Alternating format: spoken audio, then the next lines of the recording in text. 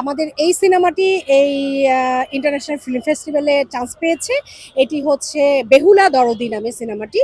এটি আমাদের আগামী জানুয়ারি 18 তারিখ রবিবার বিকেল 5টায় প্রদর্শন হবে আপনার পাশের হলেই, যেটা মানে সুফিয়া কামাল অডিটোরিয়াম ওইটাতে। তো সবাইকে আমন্ত্রণ জানাচ্ছি আমার এই সিনেমাটি দেখার জন্য।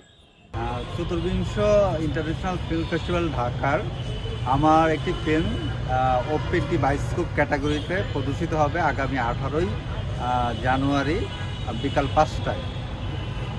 আচ্ছা, যার কারণে এখানে আসা। এই সিনেমা সম্পর্কে যদি একটু বলতেন। সিনেমার মূল ইটা হচ্ছে যে আমাদের হারিয়ে যাওয়া ঐতিহ্য সংস্কৃতি হচ্ছে বেহুলা নাচারির পালা। সেই পালাটাকে কেন্দ্র করেই আমার এই সিনেমার গল্প, বাকিটা হলে দেখতে হবে। এই যেমন ধরেন বিভিন্ন কাজ, বিভিন্ন আমাদের যারা এখানে সদস্য আছেন তাদের ভালো ভালো কাজ, মন্দ কাজ, সমস্যা যত কিছু আছে সব কিছু মিলিয়ে সংগঠনের যতটুকু করণীয় সংগঠন করে যাচ্ছে। বিগত দিনেও করেছে, এখনো করছে, ভবিষ্যতেও করবে ইনশাল্লাহ। আপু, নাটকের বিষয়ে আমরা একটু ফিরে আসতে চাই যে এই যে এখন টেলিভিশনে নাটক নিচ্ছে না, এটা কি শুধু একটা এই রাজনীতির অস্থিরতার কারণ বলে আপনি দেখছেন? তারপরে আমাদের থিয়েটারটাও সেম অবস্থা, থিয়েটার হচ্ছে না। এই বিষয়ে সমসাময়িক বিষয় নিয়ে যদি একটু বলতেন, যেহেতু আপনি একজন দায়িত্ব আছেন। না না না, এখানে রাজনীতির কোনো ব্যাপার না। ব্যাপারটা হচ্ছে বললাম না, ওই যে মানে দেশের যে অস্থির মানে সময়টা, এটাই মানে রাজনীতি। নাটক সিনেমা নিয়ে রাজনীতি তো আসলে কিছুই না এখানে। কারণ হচ্ছে নাটক সিনেমা হচ্ছে মানে মানুষকে উদ্বুদ্ধ করা। হ্যাঁ, যে এটাতে রাজনীতির কোনো ব্যাপার না। আসলে দেশের পরিস্থিতি মানে দেশ একটু এখন আবহাওয়াটা একটু অন্যরকম চলছে, যার কারণেই নাটক সিনেমা সব কিছু একটু কম হচ্ছে, বা চ্যানেলও ওইভাবেই করছে না যে ঠিক আছে দেশের পরিস্থিতি ভালো হোক, একটু ঠান্ডা হোক, তারপরে আবার শুরু হবে।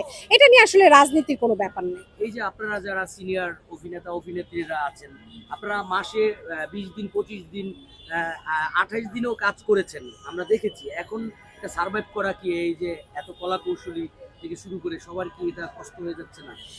না, আসলে হয় কি, দিন শেষে সবকিছুরই তো মানে একটা সবকিছুর একটা পরিধি থাকে। এখন পরিধির বাহিরে চলে গেলে তো একটু সংকট হবেই। তো আমাদের যে এখন যে অবস্থা, অনেক শিল্পী, অনেক অভিনেতা অভিনেত্রী হয়েছে, আসছে, আবার আমাদের সেক্টরও আমাদের যে অভিনয়ের মাধ্যম সেগুলিও বড় হচ্ছে। তো কিছুটা সংকট তো হবে, আবার একসময় ঠিক হয়ে যাবে। হ্যাঁ, তো সবকিছু মিলাই একটা সময় ইনশাল্লাহ ভালো কিছুই হবে আশা করছি। আমরা আবার একটু আপনার সিনেমাটায় ফিরতে চাই, যেটা হচ্ছে যে এই সিনেমাটা যে আপনার সবুজ খান বানিয়েছেন, এই সিনেমাটা দর্শক যদি বলি যে কেন দেখবে, কি মনে করছেন, যদি একটু ছোট্ট করে বলতেন। আচ্ছা, সিনেমাটি পরিচালনা করেছেন সবুজ খান। সিনেমাটি কেন দেখবে, এটা হচ্ছে একদম গ্রামের একটি ঐতিহ্য নিয়ে গল্পটি মানে করা। যেমন ধরেন এটাকে আমরা লোকনাট্য বলতে পারি। এটা টাঙ্গাইল জেলার একটি লোকজ সংস্কৃতি নিয়ে বানানো। তো এখানে একটি পালা দলকে কেন্দ্র করে সিনেমাটির গল্পটা তৈরি করা হয়েছে। তো এই পালা দলের যে জীবন, ওদের যে মানে জীবন কাহিনী, যে ভালো লাগা, মন্দ লাগা, দুঃখ কষ্ট, হাসি আনন্দ, এই সব কিছু উঠিয়ে আনা হয়েছে এই গল্পে। তো আসলে আমাদের এই আমরা আমারই মনে হয় যে আমি আসলে এই যে যাত্রাপালা, এই পালা গীত, পালা গান, এগুলি আমার মনে পড়ে না। আমি খুব ছোটবেলায় আমি দেখেছি এক সময় আমার নানির বাড়িতে। তো এখনকার প্রজন্ম যারা, তারা তো এটার সাথে পরিচিতই না। যেমন আমরাই খুব বেশি পরিচিত না, আর এখনকার প্রজন্ম এরা তো পরিচিতই না।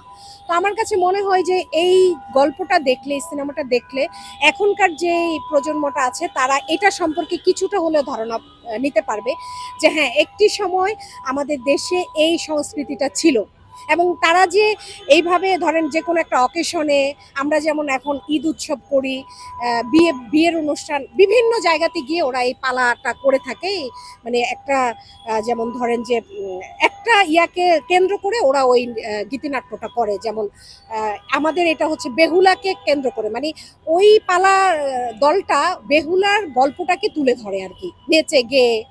তো যার কারণে হচ্ছে এই সিনেমাটার নাম আমরা বেহুলা দিয়েছি। আর যেই মানুষগুলি এই গল্পটাকে তুলে ধরেছে, মানে এই বেহুলাকে তুলে ধরে, বেহুলার প্রেম কাহিনীটাকে তুলে ধরেছেন এত দরদ দিয়ে, এত ভালোবাসা দিয়ে তারা তুলে ধরেছেন, যার কারণে সেই দরদ থেকে আমরা এই দরদিটা নিয়েছি।